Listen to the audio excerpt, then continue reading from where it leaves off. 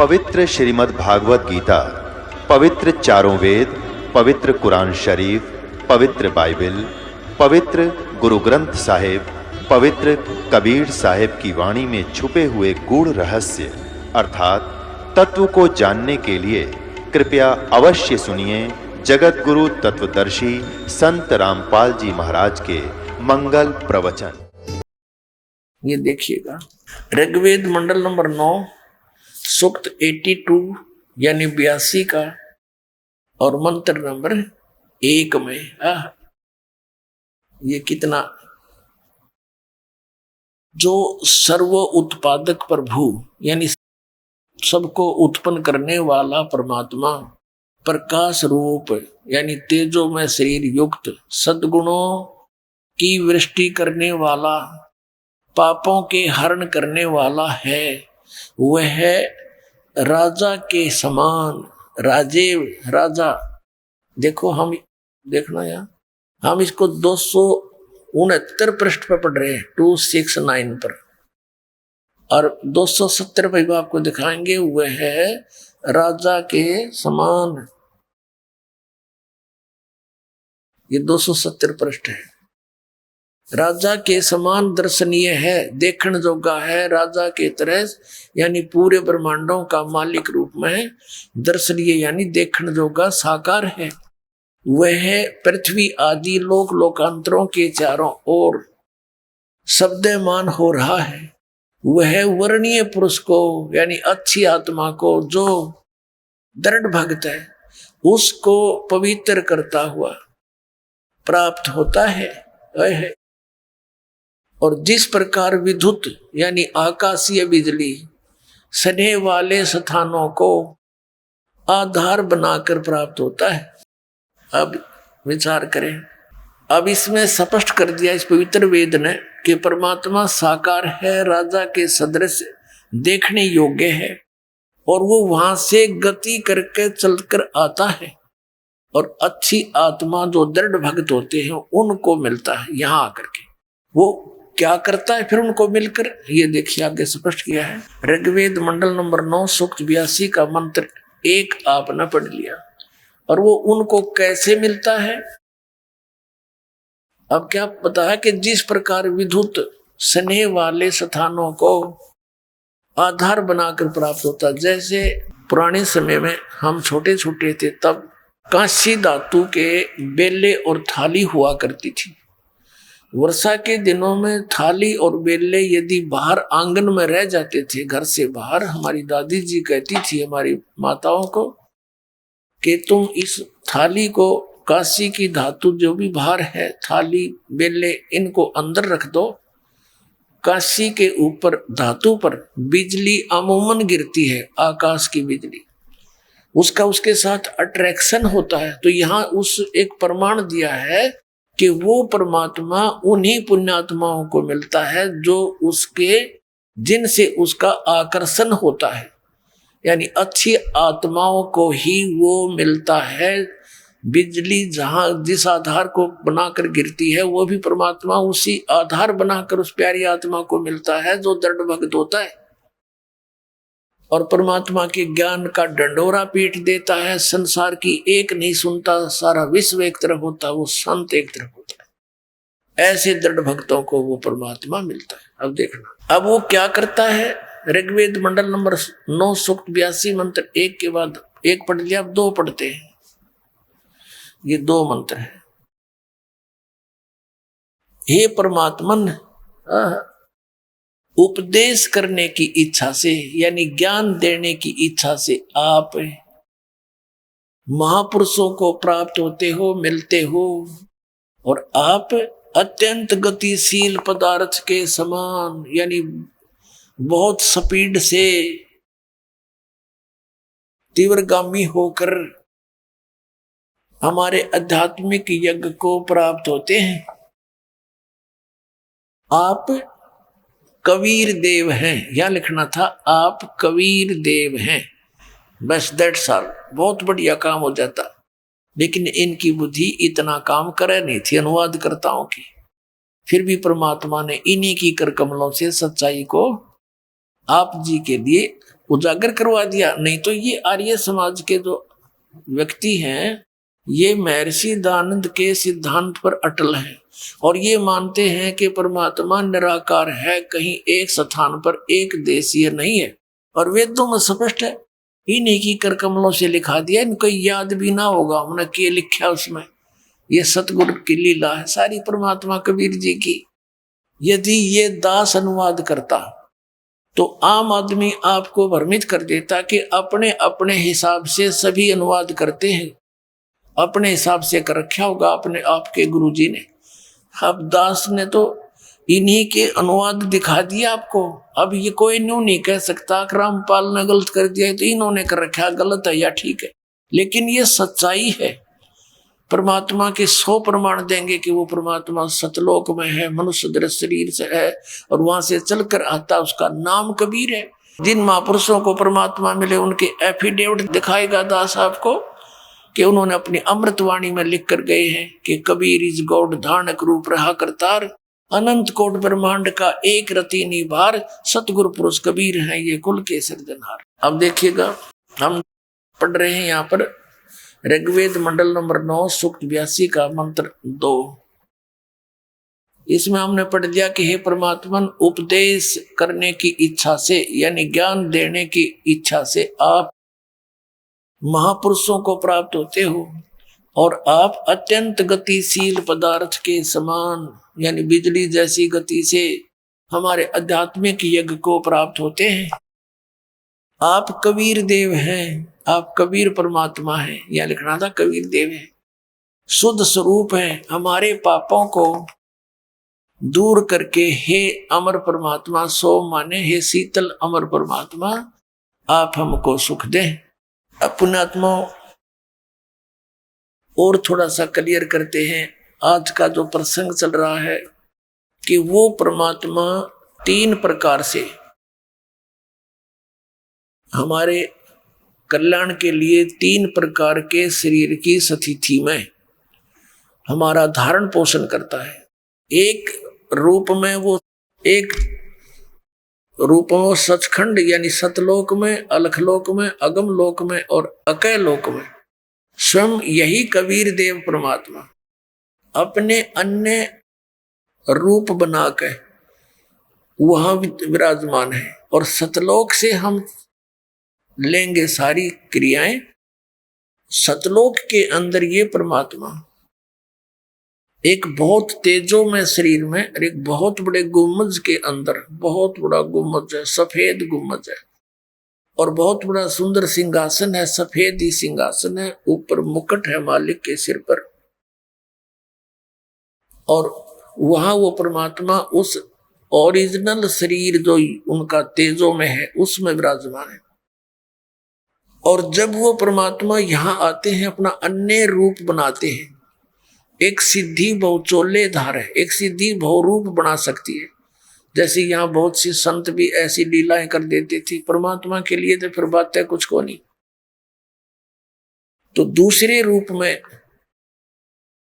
वो प्रत्येक युग में शिशु रूप धारण करके एक जंगल के अंदर, शहर से बाहर, एक तालाब के अंदर शिशु रूप धारण करके वो कमल के फूल पर प्रकट होते हैं। वहां से कोई निसंतान दंपत्ति उन्हें उठा ले जाते हैं और फिर धीरे धीरे बड़े होकर के बचपन से ही वो इस तत्व ज्ञान का प्रचार प्रारंभ कर देते हैं। ये दूसरी स्थिति उनकी। और तीसरी स्थिति वो क्या करते हैं कि जब चाहे सतलोक से 1 सेकंड के कुछ ही पल में यानी हिस्से में, फ्रिक्शन ऑफ सेकंड बोलते हैं, वो सतलोक से यहाँ आ जाते हैं, प्यारी आत्माओं को मिलते हैं, उनको ज्ञान समझाते हैं, अपना वहाँ दर्शन कराते हैं, फिर उनको अपना गवाह बनाकर छोड़ देते हैं। उन महापुरुषों ने भी फिर वही ज्ञान बताया जो हमारे वेद बताते हैं। तो अब वेदों में आपने ये पढ़ा, आंखों देखा कि परमात्मा ऊपर धूलोक यानी तेजो में लोक के तीसरे स्थान पर विराजमान है, एक देशीय है, वो राजा के समान देखने योग्य है, साकार है, और वहां से गति करके आता। प्यारी आत्माओं को, अच्छी आत्माओं को, दृढ़ भक्तों को मिलता, उनको उपदेश देता है, ज्ञान देता है। अब आगे और प्रमाण देते हैं। अब जो प्रसंग चल रहा है कि आज का जो अब वर्तमान का ये सत्संग चल रहा है, ये उस शुभ दिन के उपलक्ष्य में है जिस दिन परमात्मा अपनी दूसरी सतिथि के अंदर हमारी संभाल करने के लिए सतलोक से चलकर आए, शिशु रूप धारण किया, लहर तारा तालाब के अंदर कमल के फूल पर परमात्मा आकर विराजमान हुए। आज सुबह के सत्संग में भी आपको ज्ञान सुनाया था। अब फिर पुनः एक बार, क्योंकि आज का ये सत्संग उद्देश्य यही रखता है कि परमेश्वर की उस सतिथि को स्पष्ट किया जाए जो अब तक समाज के अंदर भ्रम फैला हुआ था।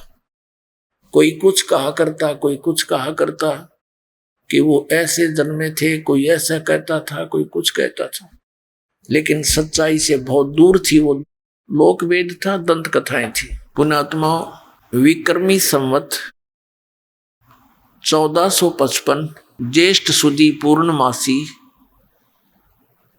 का वो शुभ दिन, जिस दिन परमात्मा सतलोक से चलकर उस तीसरे उस धूलोक से गति करके यहां आए, एक शिशु रूप धारण किया। लहर तारा तालाब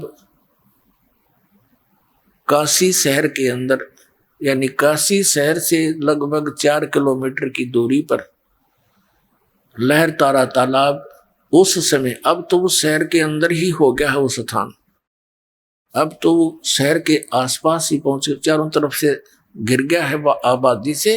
उस समय सन 1398 में वो शहर से लगभग 4 किलोमीटर की दूरी पर था।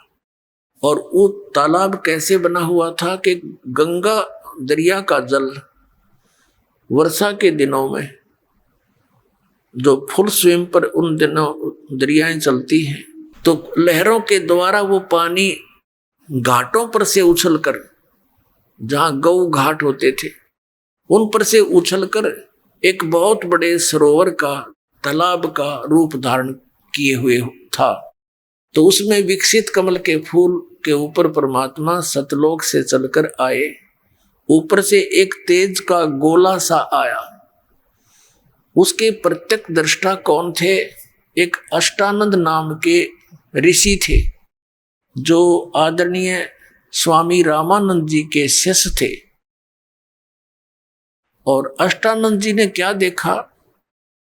अष्टानंद जी प्रतिदिन उस लहर तारा तालाब के ऊपर स्नान करके कुछ देर अपने गुरुदेव द्वारा बताई गई साधना का अभ्यास करते थे, भजन सिमरण करते थे। उस दिन भी वो बकत से गए हुए थे, प्रतिदिन ब्रह्म मुहूर्त में जाते थे। ब्रह्म मुहूर्त होता है सूर्य उदय होने से 1.5 घंटा पहले। ऋषि अष्टानंद जी उस लहर तारा तालाब में स्नान करके अपनी साधना करने के लिए बैठे थे। क्या देखा कि आकाश से एक बहुत तेजों में प्रकाश का गोला सा आया। उसने देखा तो क्या देखा कि बहुत तेज प्रकाश है। आंखें बंद होगी अष्टानंद ऋषि की। आंखें बंद होने पर उसने क्या देखा? एक शिशु बालक का रूप दिखाई दिया। फिर दोबारा आंख खोल कर देखा तो वो प्रकाश, उस प्रकाश के कारण पूरा सरोवर जगमगा गया था। और वो प्रकाश एक कोने में जाकर सिमट गया, यानी परमात्मा अंधेरे में जाकर लेट गए बालक रूप धारण करके। अब अष्टानंद ऋषि ने सोचा कि अपने गुरुजी से पूछूंगा, स्वामी रामानंद जी से, कि आज मैंने जो ये प्रकाश देखा और इस प्रकाश के अंदर शिशु बालक देखा, ये मेरी भक्ति की उपलब्धि है या कोई मेरा भ्रम है? अपनात्मा जैसे हम सूर्य की तरफ देखते हैं नंगी आंखों से, तो हम सूर्य को देख नहीं पाते, आंखें तुरंत बंद हो जाती हैं। आंखें जब हम बंद करते हैं तो सूर्य का प्रकाश रहित आकार वो गोला दिखाई देता है।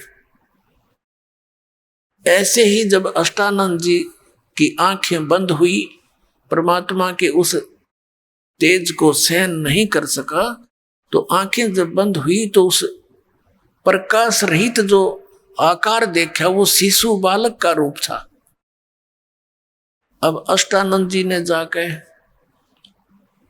आदरणीय स्वामी रामानंद जी अपने गुरुदेव जी से कहा, सब प्रसंग बताया और कहा कि हे गुरुदेव, आज मैंने ऐसे ऐसे साधना काल में आकाश से एक प्रकाश आता हुआ दिखाई दिया। जब मेरी आंखों ने से सहन नहीं हुआ तो आंखें बंद हुई, तो भगवान आंखों में अंदर एक शिशु का रूप दिखाई दिया। कुछ देर के बाद मैंने क्या देखा कि लहर तारा तालाब के एक कोने में वो दोबारा मुझे दिखाई कुछ नहीं दिया, अंधेरा था भगवान। तो आपसे जानना चाहता हूं ये क्या था मालिक। स्वामी जी ने कहा, बेटा, जब ऊपर से अवतार लोग आते हैं ऐसे तारे से टूटा करते हैं, और वो यहां आकर किसी मां के गर्भ में आएगा, कोई ऊपर से अवतार यानी कोई गण आए हैं और वो अपना कोई लीला करने आए हैं यहां पर। अब जैसा भी उसने ज्ञान था, स्वामी रामानंद जी ने अपने शिष्य की शंका का समाधान कर दिया, और गुरु जी जो शंका का समाधान करते हैं शिष्य को शिरोधार्य होता है।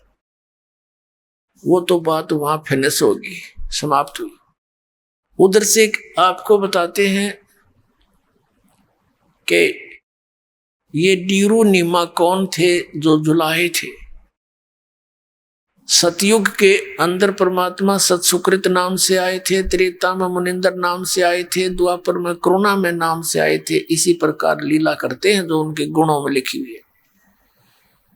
द्वापर में जब परमात्मा आए थे तो करुणा में नाम से जब आए थे, सुदर्शन नाम के एक वाल्मीक उनका शिष्य हुआ था, और सुदर्शन वाल्मीकि ने पांडवों की यज्ञ संपूर्ण की थी, जो श्री कृष्ण जी से नहीं हुई और ब्रह्मा विष्णु महेश से हुई नहीं, और 33 करोड़ देवता 88,000 ऋषि 12 करोड़ ब्राह्मणों से भी जो काम नहीं बना था, इस परमात्मा के भक्त सुदर्शन ने वो यज्ञ सफल करी थी। सुदर्शन जी के माता पिता ने परमात्मा कबीर जी यानी करुणामय जी के ज्ञान को स्वीकार नहीं किया था, और वो मृत्यु को प्राप्त हो गए थे। अब सुदर्शन जी का एक ही प्रार्थना थी कि हे भगवान, मेरे माता पिता बहुत अच्छी आत्मा के थे, उन्होंने आपके ज्ञान को ग्रहण नहीं किया, उनका दुर्भाग्य था। भगवान ना जाने कहाँ भटक रहे होंगे, किसी योनि में कष्ट पा रहे होंगे। प्रभु दास की अर्ज है, मेरे माता पिता को शरण में लेकर पार करियो मेरे दाता।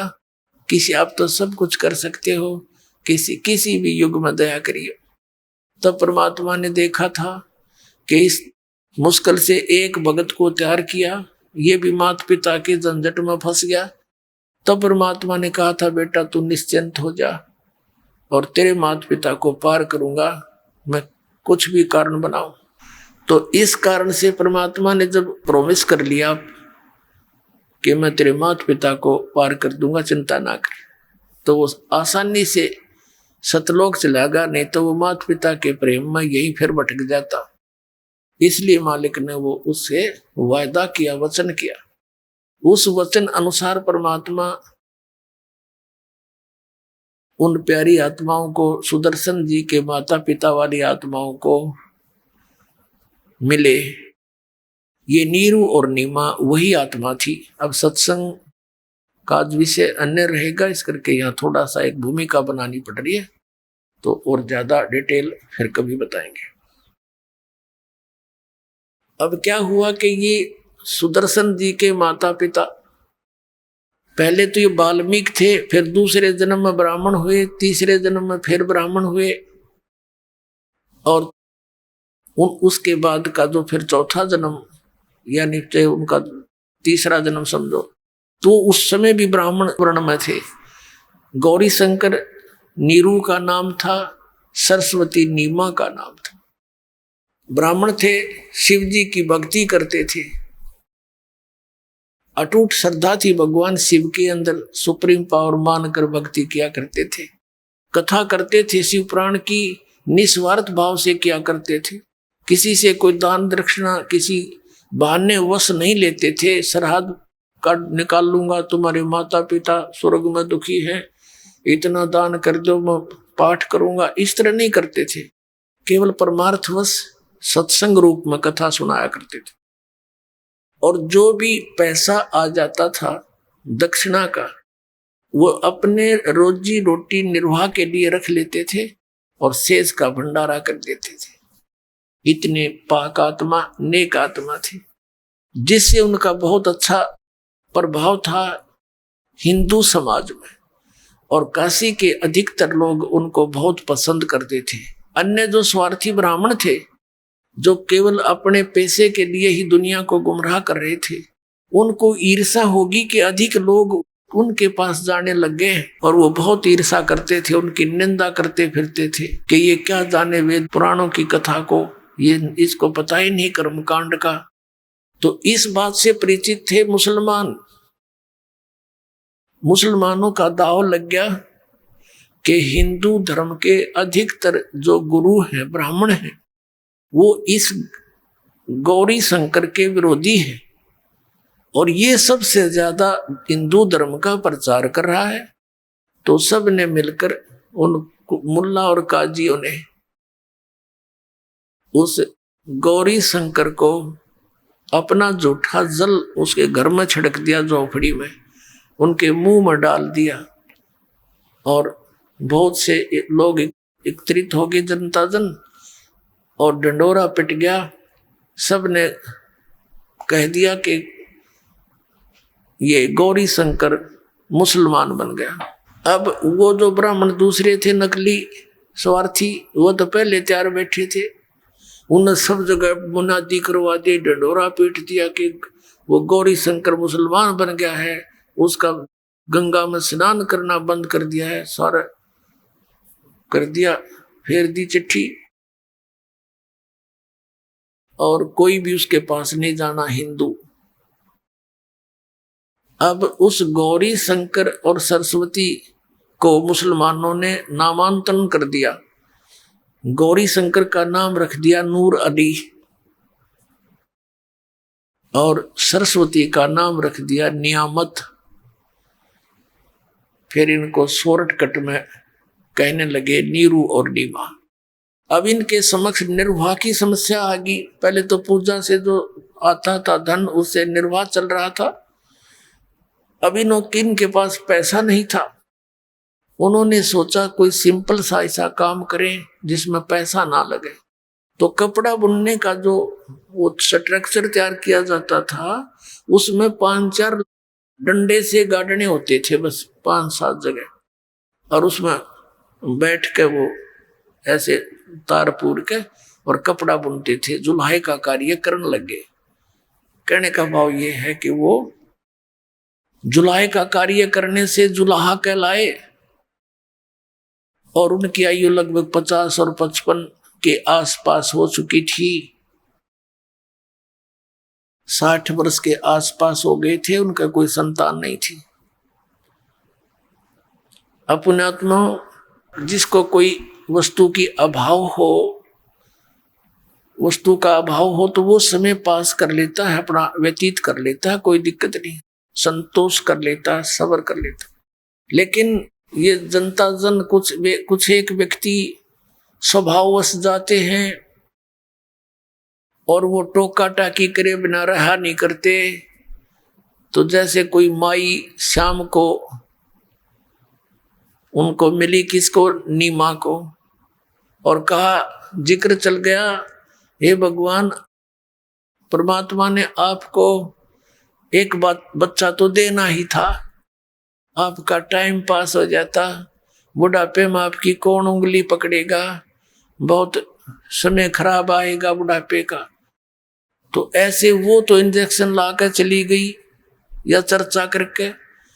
अब नीमा को रात में नींद आई नहीं और यही विचार करती रही। सुबह अब वो क्या करते थे कि गंगा के अंदर स्नान करना बंद कर दिया था इन ब्राह्मणों ने, नीरू और नीमा का। तो वो क्या करते थे, उस लहर तारा तालाब के अंदर प्रतिदिन स्नानार्थ जाया करते थे। और उस लहर तारा तालाब के अंदर गंगा दरिया का जल पटरी पर से उछलकर लहरों के द्वारा ओवरफ्लो होकर के घाटों के माध्यम से एक बहुत बड़े सरोवर का रूप धारण कर लेता था। और फिर वो सारा वर्ष उसके अंदर पानी पर्याप्त रहता था। तो उसमें वो स्नान करने के लिए जाते थे प्रतिदिन की तरह। उस दिन भी, जिस दिन परमात्मा ज्येष्ठ सुदी पूर्णमासी विक्रमी संवत 1455 सन 1398 में इस ज्येष्ठ सुदी यानी जेठ उतरते की पूर्णमासी को सुबह सुबह ब्रह्म मुहूर्त में स्नानार्थ प्रतिदिन की तरह जा रहे थे। रास्ते में नीमा को वही बातें खटक रही थी जो पहले दिन किसी बहन से, माई से उसने ये श्लोक सुने थे।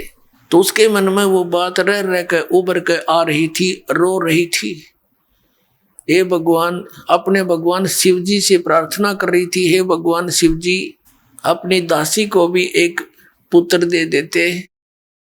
आपके घर में किस चीज की कमी है भगवान, मेरा भी संसार में हिस्सा हो जाता। दुनिया के जो व्यंग सुनने पड़ते हैं, हे भगवान आपके घर में कौन सी वस्तु की कमी है, यूं कहकर वो फूट फूट कर रोने लगी। अब नीरू ने कहा कि नीमा, यदि हमारे भाग्य में होता तो भगवान हमें प्रदान कर ही देते, हमारे भाग्य में नहीं है। नीमा तो रोया मत कर, संतान है नहीं, बुढ़ापे में पुत्र है नहीं, तेरी आंखें खराब हो जाएंगी, कोई उंगली पकड़ने वाला भी हमारा नहीं है, तो मत रोया करे। भगवान ने जो करना था करेगा, वो ठीक करेगा। अब परमात्मा चाहते तो हमें पहले ही दे देते। ऐसे वो चर्चा करते करते लहर तारा तालाब पर पहुंच गए। उनकी झोंपड़ी से, कुटिया से लगभग 4 किलोमीटर की दूरी पर वो लहर तारा तालाब जंगल के अंदर था। पहले नीमा ने स्नान किया, स्नान करके वह बाहर आ गई और उसके पश्चात नीरू स्नान के लिए उसी सरोवर में प्रवेश कर गया। ब्रह्म मुहूर्त सूर्य उदय होने से लगभग 1.5 घंटा पहले के समय को ब्रह्म मुहूर्त कहते हैं। अब सुबह का जो रोशनी होती है, पहले तो बहुत अंधेरा दिखाई देता है और कुछ ही समय में एकदम उजाला सा हो जाता है। अब निम्मा स्नान करके जिस वस्त्र को बांध के स्नान किया था, उसको धोने के लिए पुनः उस सरोवर के किनारे गई। अब जो ही उस किनारे पर पहुंची तो उसने क्या देखा कि उजाला सा हो गया था और नीरू स्नान कर रहा था ऐसे ऐसे करके। अब नीमा ने क्या देखा कि एक कमल के फूल के ऊपर कोई वस्तु हिल रही है। उसने पहले तो देखा कि शायद कोई सर्प ना हो, ऐसे फन, क्योंकि परमात्मा ने एक पैर को उठा रखा था, एक पैर को अपने मुख कमल पर, मुख के अंदर एक अंगूठे को चूस रहे थे। तो नीमा ने फिर ध्यान से देखा, क्या देखा कि एक बालक है कमल के फूल पर।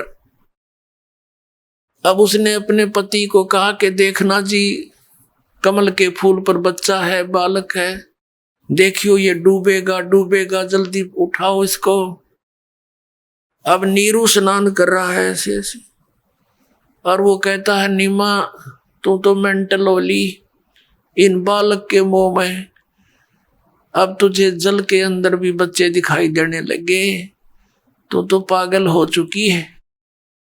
तब नीमा ने कहा सचमुच देखो देखो देखो, ये देखो डूब गया डूब गया।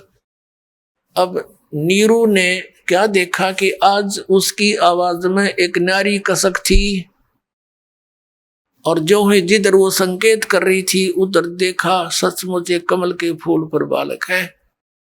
कमल के फूल को समेत तोड़ के उठा लिया और नीमा को थमा दिया। पुण्यात्मा,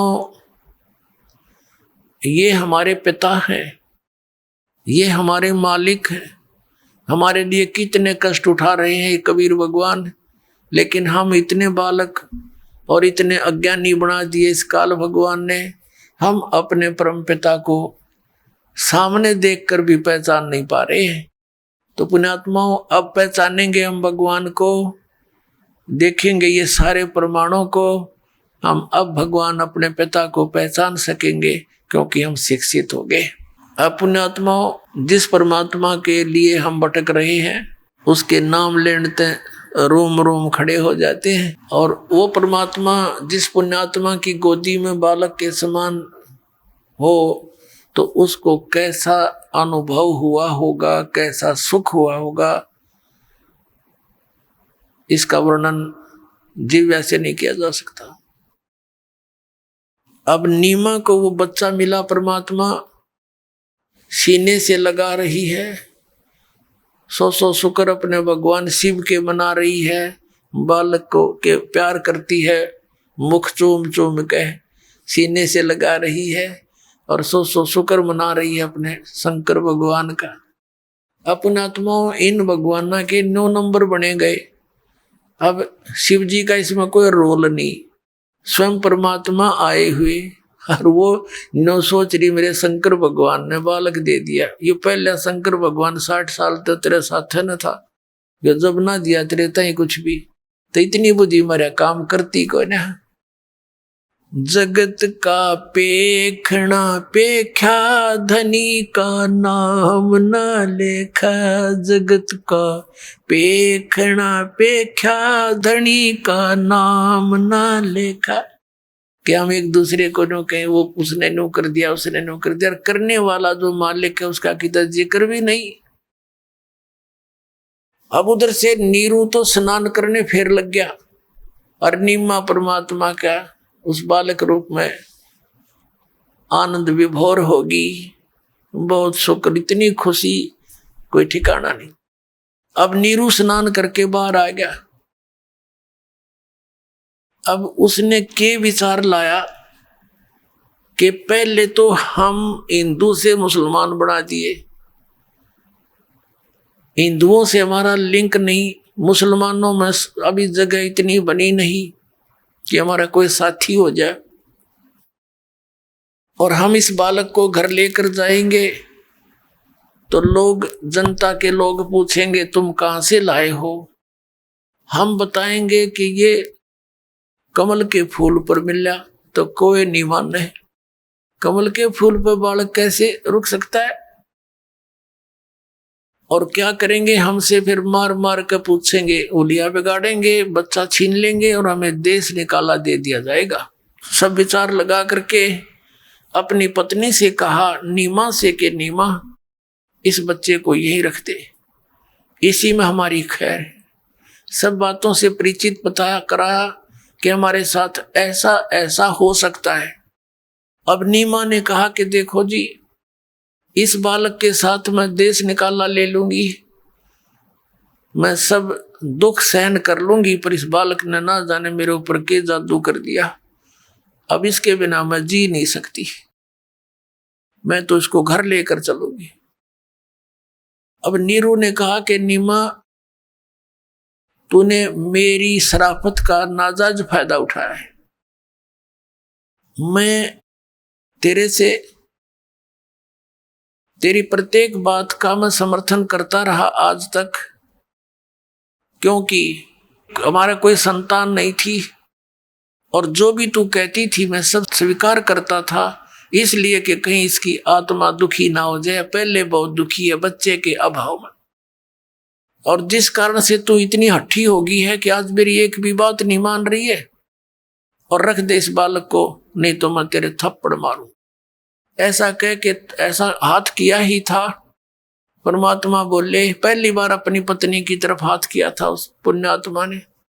उसी समय वो नवजात शिशु के रूप में नीमा की गोद में परमात्मा कबीर देव जी, कबीर साहब ने कहा कि नीरू अपने घर ले चलो, तुम्हें कोई आपत्ति नहीं आवेगी, मैं तुम्हारे लिए आया हूं। अब वो घबरा गया कि नवजात बालक बोल रहे, हे भगवान, ना मेरा कोई सिद्ध पुरुष आ गया हो, कोई फरिश्ता हो, कोई भूत प्रेत हो, डर गया हो। चुप करके आगे आगे हो लिया कि इस बालक में कि मैं बोलता हो कोई ऊपरी चीज। तो चल पड़ा, घर ले आए। अब जनता के व्यक्ति ये तब पूछे कहाँ मिला, कि बता दे, नीमा कह दे कि ऐसे ऐसे कमल के फूल पर मिला हमें। तो इसका तो कोई ऑब्जेक्शन किसी ने करा नहीं, अपनी अटकल लाते रहे, कमल के फूल पर तो कहाँ होगा, कहीं कोई छोड़ गया होगा, ऐसे कर गया होगा, जैसे उनकी एक जीव बुद्धि की सोच थी। लेकिन फिर भी उस परमात्मा की सुंदर मूर्त को देखकर, उनके जो सुंदरता को देखकर अपनी अपनी अटकल लगा रहे हैं। कोई कहता ये तो विष्णु जैसा दिखाई देता है, जैसे साक्षात भगवान विष्णु ही आए हो। कोई कहता है तो शंकर भगवान का रूप है, कोई कहे तो इंद्र का स्वरूप है, कोई कहे कुबेर उतर गया पृथ्वी पर। इतना सुंदर बालक कदे देखा ना सुना। अपनात्मा, आपको परमात्मा कबीर जी के विषय में आदरणीय गरीबदास साहिब जी ने अपनी अमृतवाणी में कुछ बहुत ही एक आंखों देखा सत्य वर्णन किया है। थोड़ा सा यहाँ आदरणीय गरीबदास साहिब जी के विषय में आपको थोड़ा संकेत देंगे। अभी आपने पवित्र ऋग्वेद के अंदर पढ़ा कि वो परमात्मा सतलोक में रहता है, ध्रुवलोक के तीसरे पृष्ठ पर रहता है, और राजा के समान विराजमान है। वहां पर वो देखने जोगा दिखाई देता है। राजा जैसी गति में, यानी ओवरऑल कंट्रोलर, पूरे अनंत ब्रह्मांडों के स्वामी के रूप में राजा की तरह वहां विराजमान है, दिखाई देता है, और वहां से गति करके आता है, अपनी अच्छी आत्माओं को मिलता है। ये विधान है भगवान का। तो वो 3 स्थिति में होता है। एक स्थिति में तो वहां स्थिर है, सतलोक के अंदर मनुष्य जैसा शरीर है, 1 रोमकूप में करोड़ सूर्य मिला दे, करोड़ चंद्रमा, ऐसा उनके शरीर की शोभा है, इतना सुंदर शरीर है। और दूसरे रूप में वो शिशु रूप धारण करके आता है।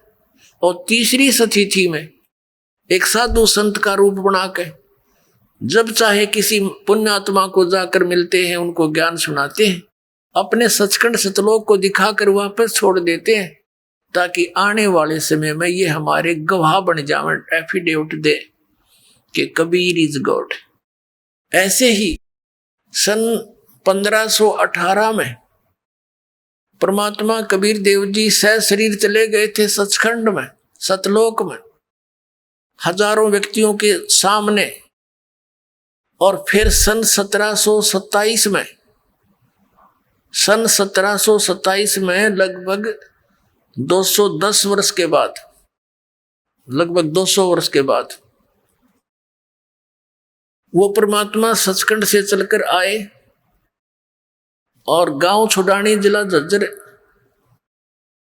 हरियाणा के अंदर आदरणीय गरीबदास साहिब जी जब 10 वर्ष के बालक थे, खेतों में, अपने ही खेतों में, क्योंकि ये जाट कौम में जन्मे थे, आदरणीय गरीबदास साहिब जी किसान थे, और अपने इनके अपनी ही बहुत सी गव्वें होती थी, साथ में कुछ किराए के पाली, और कुछ गांव वाले वैसे अपने इकट्ठे सामूहिक गौवें रखते थे, चराते थे। तो जंगल में गऊ चरा रहे थे। फाल्गुन सुदी द्वादशी के दिन के लगभग 10 बजे सतलोक से चलकर परमात्मा आए, एक साधु रूप, जिंदा बाबा का रूप बनाकर, और वहां जंडी के पेड़ के नीचे सभी ग्वाले यानी पाली आहार कर रहे थे। गौवें चर रही थी आसपास, खेत लंबे चौड़े खेत थे उनके। परमात्मा एक साधु रूप में उसके साथ से आते हुए नजर आए। वह रास्ता था साथ के, कबलाना गांव से छुडानी गांव की तरफ पैदल जाने का रास्ता। पैदल एक प्यादा था। जब परमात्मा साधु रूप में उन बच्चों के पास, पालियों के पास आए, जांडी के पेड़ के निकट, तो उसमें अतिथि सेवा बहुत किया करते थे। पालियों ने कहा महाराज जी राम राम। परमात्मा ने कहा भाई राम राम। महाराज जी आ जाओ, भोजन पालो, भोजन खा लो। परमात्मा ने कहा भी भोजन तो मैं खा के आया हूं अपने गांव से। आपका गांव कहाँ है? पालियों ने पूछा। कितनी दूर है यहाँ से? आपके गांव का नाम क्या है? तो परमात्मा ने बताया मेरे गांव का नाम सतलोक है और यहां से वो 16 शंख कोस की दूरी पर है। बच्चा ने के मेरा शंख केव है। उन पालियों ने, अनपढ़ थे, उन्होंने सोचा 16 कोस की दूरी पर होगा। कन्वेंस पहले से थे को नहीं, दूर के गांव को नहीं जानते थे आपस में, तो उन्होंने ऐसे सोचा होगा कोई सतलोक गांव। कहा कि महाराज जी भोजन नहीं खाते तो दूध तो पीना पड़ेगा, हम अतिथि को ऐसे जाने नहीं देते। परमात्मा ने कहा भाई मैं कंवारी गाय का दूध पीता हूं और दूध पिलाना है तो पिला दो। बैठ गए। तो वो पाली कहने लगे बाबा जी तेरा दूध पीने की नीत को नहीं, तेरी मजाक करते हो आप, कंवारी गाय का भी दूध देती है। परमात्मा ने कहा भाई देख लो, दूध पिलाना है तो पी लूंगा, पर पिया करो कंवारी गाय का। अब गरीबदास जी 10 वर्ष के बालक थे। उठ कर गए, उनकी एक प्रिय बछिया थी कंवारी गाय, जाके संग बैल नहीं लागा, यानी कंवारी। उस बछिया को गले से पकड़कर रस्सी ले आए और कहा महाराज जी देखियो इसके बच्चा तो है नहीं, दूध कैसे देगी ये। परमेश्वर कबीर देव जी ने कहा कि तुम्हारे पास कोई पात्र है, छोटा सा पात्र हो जिसमें दूध निकालेंगे। उन्होंने बताया जी एक छोटा सा बर्तन है मिट्टी का, छोटा मटका, जिसमें 5-7 किलो दूध आ जाता है। कोई तरल पदार्थ पानी वगैरह आता था, वो लस्सी लाते थे उसमें। वो साफ करके इधर रखा था, वो साफ कर लिया जैसे भी। तो कहा कि इस बर्तन को इसके सतन के नीचे लेकर बैठो। गरीबदास जी बैठ गए पकड़ के। 10 वर्ष के बालक। परमात्मा कबीर देव जी ने जिंदा महात्मा के रूप में खड़े थे। उस बछिया की कमर पे आशीर्वाद भरा हाथ, यानी थपकी मार दी ऐसे। लंबे लंबे सतन हो गए और दूध की धार चल पड़ी।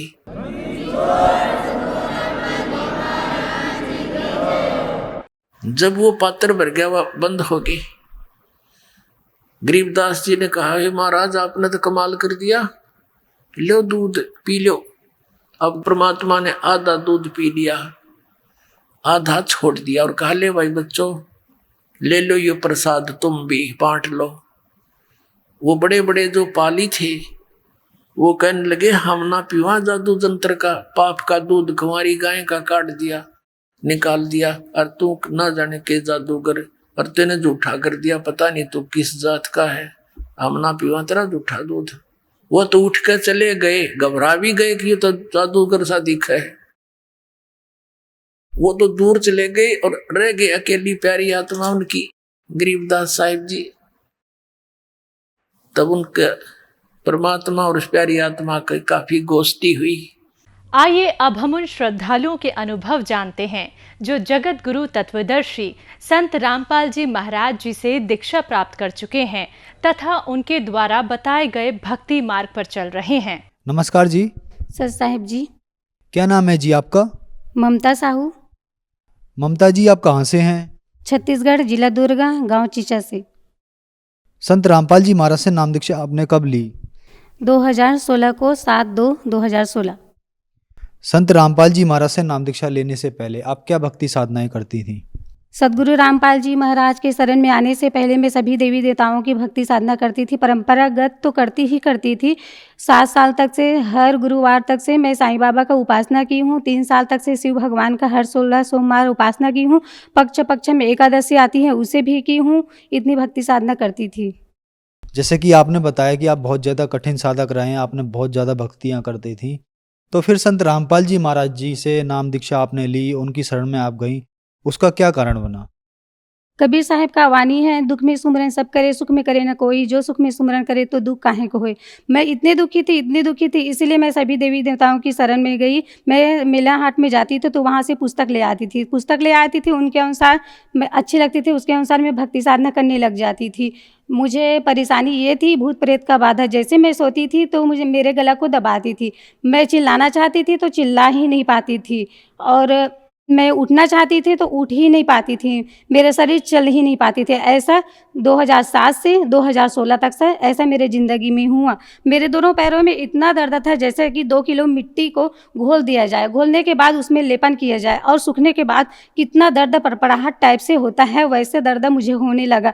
फिर मैं चलती चलती गिर भी जाती थी और मेरे सर में इतना दर्द था मानो कांटा चुभ जाए, उसमें पीत मवाद भर जाए, उसी तरह मेरे सर में इतना दर्द था मानो कि 5 किलो पीत मेरे सर में भर दिया गया है। जैसे मैं झुकती थी तो इतना दर्द थी, इतना रोती थी बहुत ज़्यादा।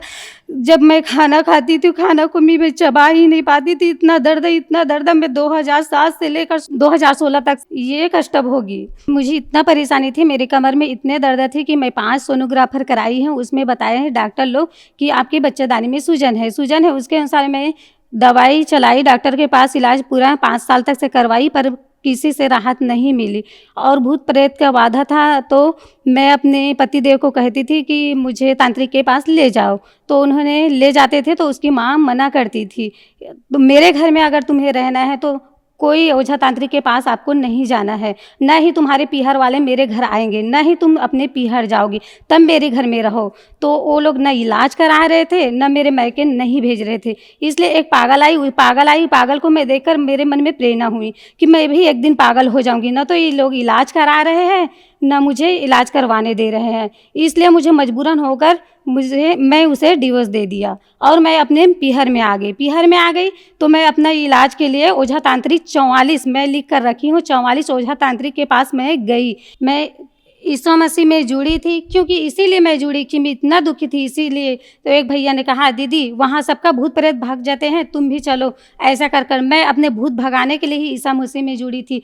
वहाँ प्रार्थना करवाई जाती थी, सबके प्रार्थना करने से सबके तो भूत नाचती थी और उधर उधर क्या क्या बोलती थी। मेरे भूत टस का मस नहीं होता था और वो विनती कराने वाले बोलती थी कि आओ इधर आओ, ऐसे कर और बाइबल एक पुस्तक रखना, और तुम्हारे दोनों पैरों में बहुत बड़ा बला है और तुम्हारे सर में और बला है और 3 है, वो धीरे धीरे कट जाएगी, तुम कंटिन्यूस आते रहना। मैंने बोली हाँ। एक ओझा तांत्रिक ने बताया कि बेटा आपका मतलब जो ओझा तांत्रिक ने कर दिया है वो बहुत लंबा हो गया है, इसलिए 6 महीना लगेगा। 6 महीने लगेगा तो मैं घर वाले से मैं पूछ कर आती हूँ, दादाजी ऐसे बोली। तो फिर मैं इस बात को रखी मेरे बाबूजी के पास। मेरे बाबूजी ने मना कर दिया, कहा तुम तो ऐसी ही करती रहती हो। तो मैंने सबको ऊपर का घाव दिखाई देता है, अंदर का नहीं दिखाई देता। तो मैं तो अंदर से घुट घुट कर रह रही थी ना, इसलिए मैंने सोचा कि मैं ही बिना बताए चली जाती हूँ। ऐसा कर मैं डोंगरगढ़ जा रही थी, बमलेश्वरी माता के पास गई और वहाँ से राजनांदगांव में उतर गई। ओझा तांत्रिक के पास गई, जो 6 महीने थे आपका इलाज चलेगा तब ठीक होगा, ऐसा कहा था। तो मैं वहाँ चली गई और मेरे बाबूजी को कॉल किया, बाबूजी आपने तो मेरा साथ नहीं दिया, इसलिए मैं ओझा तांत्रिक के पास जा रही हूँ, 6 महीने के बाद ही वापस आऊँगी। उसने फ़ोन में बहुत गाली सुनाई, मैंने फ़ोन काट दी। फिर मैं वहाँ चली गई, फिर मेरा वहाँ रही 44 दिन तक से मैंने लिख कर रखी थी।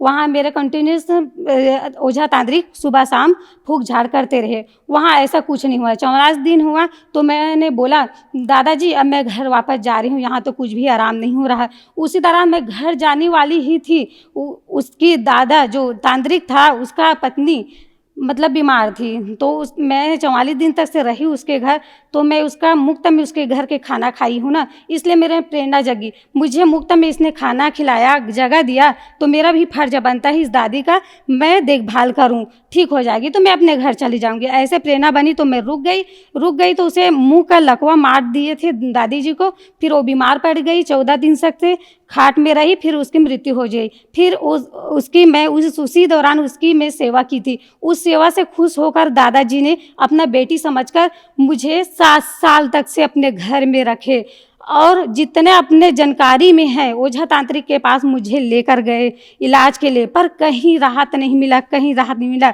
इतना पैसा लगा ओझा तांत्रिक के पास, मैं लिख कर रखी हूँ। दादाजी ने, जो अनजान है, उसने मेरे पर इतना दया कर 50,000 का ओझा तांत्रिक के पास ले जाने का खर्चा उठाया और कहा, बेटी साईं बाबा के दरबार में आए हो तो तुम रोते आए हो तो हंसते जरूर जाओगे, जब तक तुम ठीक नहीं होगे तब तक मैं तुम्हें वापस नहीं भेजूंगी। क्योंकि मैं घर इसलिए वापस नहीं आई क्योंकि मैं तो काम कर ही नहीं सकती थी। मेरे पैरों में दर्द इतना था कि मैं चलते चलते तो 2-3 बार पूरा गिर ही गई थी, इसलिए तो गाँव में आऊँगी तो काम तो वैसे कर ही नहीं पाऊँगी। इससे अच्छा है मैं यहीं रहूँगी, दादाजी को खाना पीना दूँगी और मैं खुद यहाँ रहूँगी। ऐसा करके मैं अनजान के घर में 7 साल रही और अपने जैसा माना, अपने से बढ़कर मुझे माना, माँ बाप का प्यार सबने पूरा दिया। तो अब वहाँ भी ठीक नहीं हुआ। साईं बाबा मुझे सुबह उठाते थे क्योंकि मैं 1 घंटा तक से मैं उसकी पूजा करती थी, और संत रामपाल जी महाराज जी का दादाजी मतलब सत्संग देखते थे। मैं साईं बाबा का उपासना करने जाती थी, आरती करती थी। तो फिर मेरे आत्मा में आवाज़ आई, ये मतलब सियाना अवस्था है, दादाजी जी देख रहे हैं, मैं नहीं देख रही हूँ। क्योंकि मुझे लगाव था 7:30 बजे ही दंगल चलने में जय जय बजरंगबली आता था, 8 बजे रामायण आता था, मैं उससे ज़्यादा देखती थी, इसलिए मुझे देखने का समय नहीं मिलता था। और दादाजी संत रामपाल जी महाराज का मतलब सत्संग देखते थे तो मुझे बहुत गुस्सा आता था। फिर क्या सियान आदमी है, देखने दो, ऐसा कर मैं फिर वो चैनल को मैं ला दी। वो देखते रहे। फिर एक उसका भतीजा था दादाजी का, जो सतगुरु रामपाल जी महाराज से नाम दीक्षा लिए थे। उन्होंने बताया कि ममता, तुम्हारी मतलब जो भूत प्रेत का बाधा है वो संत गुरु रामपाल जी महाराज से ही छुटकारा होगा, साईं बाबा को आपको छोड़ना होगा। ऐसा नहीं होगा, मैं कभी नहीं छोड़ूंगा अपना साईं बाबा को। मैंने 7 साल तक से भक्ति की हूँ और मुझे क्या हुआ, मेरे दुख दर्द दूर नहीं हो रहा है तो देवी देवता को भी अपना दुख कर्म का फल भोगना पड़ता है, तो मैं भी भोग रही हूँ। क्योंकि मैं श्रीमद् भागवत और धार्मिक पुस्तक पढ़ती थी, इसलिए मुझे ज्ञान था जैसे इंसान अपना कर्म करते हैं उसके अनुसार तो प्राणी को अपना फल भोगना ही पड़ता है। ऐसा करके मैं अपने दुख को सहती थी। तो क्या हुआ एक दिन कि ठीक है, अगर तुम्हारे कबीर साहब, क्योंकि कबीर साहब का मैं केवल फोटो देखी थी, उसका जन्म चरित्र के बारे में कुछ भी नहीं जानती थी, कैसे हैं कैसे, कुछ भी हिस्ट्री उसका नहीं जानती थी। तो मैं कहा ठीक है भैया, अगर आपके कबीर साहब पूर्ण परमात्मा होंगे तो मुझे ठीक करके दिखाए तो मैं जानूंगा कि पूर्ण परमात्मा हो। मैं बहुत मजाक करती थी। एक संत को, एक कबीर साहब को, जो ब्रह्मा विष्णु मैं 3 लोक का मालिक है, उसे तो नहीं बताते, एक कबीर साहब को भगवान बताते हैं। ऐसा करके मैंने चैलेंज किया। तो ठीक है ममता, ऐसा कर बोला। वैसे तो मुझे रोज 2007 से लेकर 16 तक से मुझे भूत प्रेत का बाधा था, रोज गला को दबाती थी। तो मैं सोची ठीक है, ऐसा कर और बोला सत्साहब कर सोना और जय बंदी छोड़, ऐसा कर। तो मैं वैसे सो गई। फिर मैं अपने उंगली से गिनी, 17 दिन तक से कोई भूत प्रेत का बाधा मुझे नहीं हुआ, पूरा ठीक हो गया। फिर मैं भैया को बोली, भैया मैं 17 दिन उंगली पर गिनी हूँ, कुछ भी नहीं हुआ, मुझे नाम दीक्षा दिलाओ। तो भैया बोले पहले अपना ज्ञान समझो ममता, फिर उसके बाद नाम दीक्षा तुम्हें दिलाऊंगी, इतना हड़बड़ी मत करो, पहले ज्ञान समझो, सत्संग सुनो। नहीं भैया, मेरा दुख दूर नहीं हुआ। आज सतगुरु रामपाल जी के केवल 40 मात्रा से मेरे दुख का दूर हुआ है, तो मैं नाम दीक्षा लूँगी। ऐसा करके जिद करने लगी। भैया ने कहा चलो ममता आश्रम जाओगी? हाँ भैया मैं जाऊँगी, पर नाम दीक्षा है लेकर आऊँगी। ऐसा कर गई और नाम दीक्षा ली। मैं नाम दीक्षा लेकर आई। 2 दिन के बाद मुझे साईं बाबा सतगुरु रामपाल जी का चेहरा हटकर साईं बाबा हर कण कण में मुझे दिखाई देने लगे और मैं खुश हो गई, क्योंकि मैंने 7 साल तक से मैं साईं बाबा का पूजा की थी ना, इसलिए मैं बहुत खुश हो गई, बहुत खुश हो गई। देखो दादाजी, फिर मैं दादाजी ओझा तांत्रिक जो दादाजी के पास मैं रहती थी उसे बताई कि दादाजी देखो मुझे साईं बाबा दर्शन देकर रोम रोम में हर कण में आँख बंद करती थी तो भी मुझे साईं बाबा तो खुशी का ठिकाना ना रहा। फिर उस भैया को बताया, भैया मुझे साईं बाबा दर्शन दे रहे हैं, और पता है गुरु साधना चैनल पर जो सदगुरु रामपाल जी महाराज का चेहरा दिखाई मुझे नहीं दे रहा है, केवल साईं बाबा प्रवचन कर रहे हैं, पूरा मुझे दिखाई दे। फिर वो भैया ने बोला, तुम 7 साल तक से तुमने साईं बाबा की पूजा की, क्यों उतना दिन तक से तो आपको दर्शन नहीं दिया? ममता ये साईं बाबा नहीं है, आपको भ्रम करने के लिए ये काल दर्शन दे रहे हैं। तो मेरे मन में डाउट हुआ, हाँ मैं तो इतना भक्ति साधना की हूँ, क्यों मुझे दर्शन नहीं दिया, आज क्यों दे रहे हैं? तो ओझा तांत्रिक वाला दादाजी बोले, बेटा तुम साईं बाबा को छोड़कर चली गई हो ना संत रामपाल जी महाराज के शरण में, इसलिए वो अपने पास बुला रहे हैं, आ जाओ बेटा ऐसे कर। फिर भैया ने बोला, नहीं वो काल है। हाँ मेरी समझ आ गई, हाँ मेरे दुख तो दूर साईं बाबा ने तो नहीं किया, ऐसा हुआ। आपकी कहानी बहुत दुख भरी, आप पे बहुत ज़्यादा कष्ट आए। तो संत रामपाल जी महाराज से नाम दीक्षा लेने के बाद आपको क्या क्या लाभ मिले? पहला लाभ तो मुझे हुआ कि चैलेंज मंत्र से मुझे ठीक किया, फिर कमर दर्द नाम दीक्षा लेने के बाद तो 6 महीना तक से रही, फिर सतनाम का प्राप्त हुआ। तो मैं साधना चैनल में सुनती थी सदगुरु रामपाल जी का, सतनाम में इतना पावर है, कितना भी बड़े दुख हो वो हर जाता है। तो मैं सतनाम प्राप्त करके आई है। कुछ दिन के बाद मैं सदगुरु रामपाल जी महाराज को गिड़गिड़ाने लगी, प्रार्थना करने लगी, आप तो कहते हैं कि सतनाम में इतना पावर है, फिर मेरा कमर दर्द क्यों ठीक नहीं हो रहा है? ऐसा कर कर फिर एक दिन संत रामपाल जी महाराज सपना में आए। फिर उस संत रामपाल जी बोला, बेटा आप सतनाम तो ले लिए हो, उसकी भक्ति करो, फिर धीरे धीरे ठीक हो जाएगा, ऐसा कर कहा। और 7 महीने के बाद मेरा कमर दर्द कहाँ गई, मुझे कुछ ही भी पता नहीं चला। जो कमर दर्द के कारण आज मेरा जिंदगी ही बर्बाद हो गई। 5 सोनोग्राफर कराए, इतने डॉक्टर कराए, आज केवल संत गुरु रामपाल जी महाराज के नाम दीक्षा से और उसके जाप करने से पूरा छूमंतर हो गई। मेरे कमर दर्द में इतनी परेशानी थी जो मैं 5 सोनोग्राफर कराए, एक एक्सरा कराए जिसमें नॉर्मल ही बताए, और यहाँ पर बताए कि डॉक्टर ने कि आपका बच्चादानी में सूजन है। उसके अनुसार मैंने दवाई चलाई, पूरे 2007 से लेकर 16 तक से ऐसा कुछ भी नहीं हुआ, कहीं पर आराम नहीं हुआ। सदगुरु रामपाल जी महाराज के नाम मात्र से, उसके जाप करने से मेरे कमर दर्द ठीक हो गए। मेरे इलाज कराने में सारा पैसा तो उसी में चला गया, और मैं 7 साल तक से दादाजी घर रहने के कारण मैं कुछ भी काम करती नहीं थी और न ही कर पाती थी, इसलिए मेरे पास कुछ पैसा नहीं था। फिर परमात्मा की ऐसी दया हुई, भक्ति करते करते मैं अपने पीहर में रहती हूँ, तो मेरे पास घर कहाँ से होंगे? तो परमात्मा की दया से आज मैं 2 रूम का पक्का वो भी पक्का मैंने मकान बना चुकी हूँ, और परमात्मा की दया से आज मैं बैठकर 2 साल तक से मैं खा सकती हूँ। इतना धन मुझे दिया है परमात्मा ने। और मैं भिलाई में हॉस्टल में काम करती हूँ, तो परमात्मा ने ऐसी कृपा की है मुझ पर। जो दर्शक आज आपको टीवी पर देख रहे हैं, खास करके जो लोग दुखी हैं, महिलाएं दुखी हैं, उनके लिए आप क्या कहना चाहेंगे? क्योंकि आप भी बहुत एक जीता जागता उदाहरण है उनके लिए। मैं सभी से यही कहना चाहूँगी, क्योंकि आज इस संसार में कोई मानसिक से, कोई शारीरिक से, किसी न किसी तरह से आज सब, चाहे पैसा वाला हो चाहे गरीब हो, सभी दुखी हैं। इसलिए मैं यही कहना चाहूँगी, सदगुरु रामपाल जी महाराज का सत्संग सुने। सत्संग मात्र से ही इतना मन को शांति मिलती है, इतना शांति मिलती है। आधा दुख तो सत्संग सुनने मात्र से ही दुख दूर हो जाती है। इसलिए मैं सभी से यही प्रार्थना करना चाहूँगी, ओझा तांत्रिक जितने ऋषि आज विश्व में धर्म गुरु है उसके पास जाते हो, तो एक बार संत रामपाल जी महाराज का सत्संग सुनने में क्या जाता है, उसका सत्संग सुनिए और वो क्या बताते हैं उसे सुनो, क्या सही है क्या गलत है। इसलिए मैं सभी से यही प्रार्थना करती हूँ कि सदगुरु रामपाल जी महाराज का सत्संग को सुनो और देखो और जानो परखो। संत रामपाल जी महाराज से नाम दीक्षा अगर कोई लेना चाहता है तो कैसे ले सकता है? सदगुरु रामपाल जी महाराज का नाम दीक्षा लेना चाहते हैं तो बहुत सरल तरीका है। चैनल पर पट्टी चलती रहती है निरंतर, उसमें नंबर दिए गए होते हैं, उसे कॉन्टैक्ट करो और नाम दीक्षा ले सकते हैं। धन्यवाद जी। सत साहेब सर जी।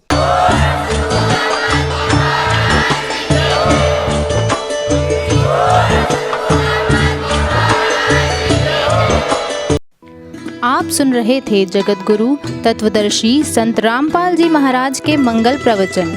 अधिक जानकारी के लिए संपर्क करें